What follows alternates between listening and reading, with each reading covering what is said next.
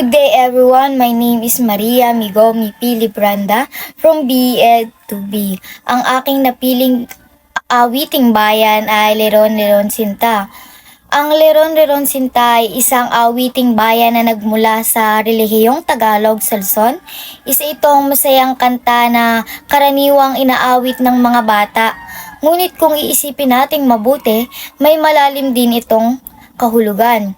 Sa kanta, makikita ang kasipagan ni Leron sa pamimitas ng bunga ng papaya. Ngunit nabigo siya ng mabali ang sanga, ipinapakita nito na kahit minsan ay nadapa tayo sa buhay, kailangan pa rin nating magpatuloy at humanap ng bagong paraan para magtagumpay. Ang tema ng awit ay tungkol sa pagtitiyaga, kasipagan at positibong pananaw sa buhay. Mga katangiang likas sa mga Pilipino at narito ang kantang Leron Leron Sinta.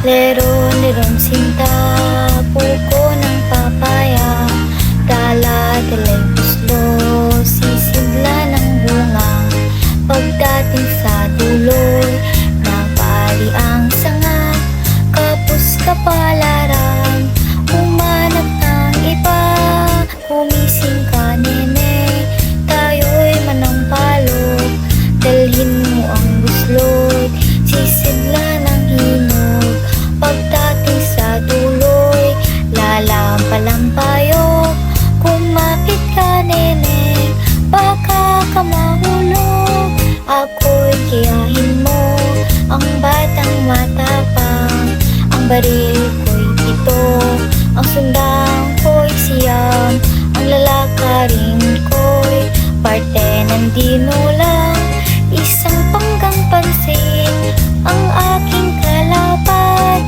isang pinggang pansin, ang aking kalaban. So ayun, sa kabuuhan ng Leron Leron Sinta ay sumasalamin dito ang masiyahin at matatag na ugali ng mga Pilipino. Yun lang po at maraming salamat.